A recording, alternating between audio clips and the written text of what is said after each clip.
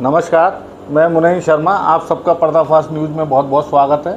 हम बात करते हैं देश की आज़ादी के बाद जो कल बंगाल और तमिलनाडु में हुआ, वो इससे पहले इतना भारी मतदान नहीं हुआ। इसके कई कारण हैं। एसआईआर से लोगों की नाराज़गी भी हो सकती है, और जिस तरीके से बीजेपी का प्रचार प्रसार रहा मछली मीट को लेके, तमाम बीजेपी के लोग जो भी उन्होंने बोला, वो 92% से ज़्यादा पहले चरण में बंगाल में चुनाव हुआ, और तमिलनाडु में एक ही दिन में सब सीटों पर चुनाव था, वहाँ 85% से प्लस हुआ।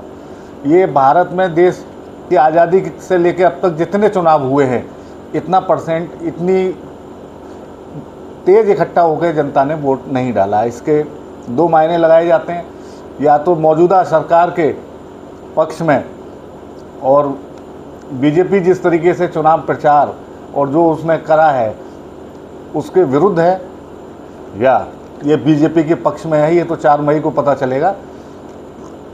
लेकिन ऐसा लगता है कि ये जो लोगों से बात हुई है कि ये बीजेपी के पक्ष में नहीं है।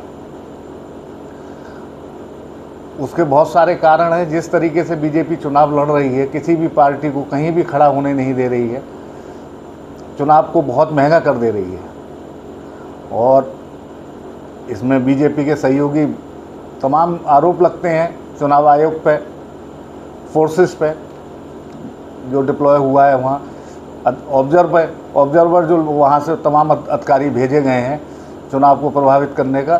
तो लगता है कि जनता ने मन बना लिया है इसका जवाब देने का। ये 4 मई को ही हम लोगों को पता चलेगा। यदि ऐसा होता है, यदि बीजेपी के पक्ष में जाता है, तो ये बहुत बड़ी बात होगी। लेकिन लगता नहीं है कि ये बीजेपी के पक्ष में जाएगा। अगर ये चुनाव बीजेपी के पक्ष में जाते हैं, तो ये आप निश्चित मान लीजिए कि 2029 में बीजेपी बहुत बड़े मार्जिन से देश में चुनाव जीत लेगी। अगर ये तमिलनाडु और बंगाल में बीजेपी कुछ अच्छा कर पाई, तो ये बाकी विपक्षी पार्टियों के लिए बहुत खतरे की घंटी होगा। देखते हैं आगे क्या होता है।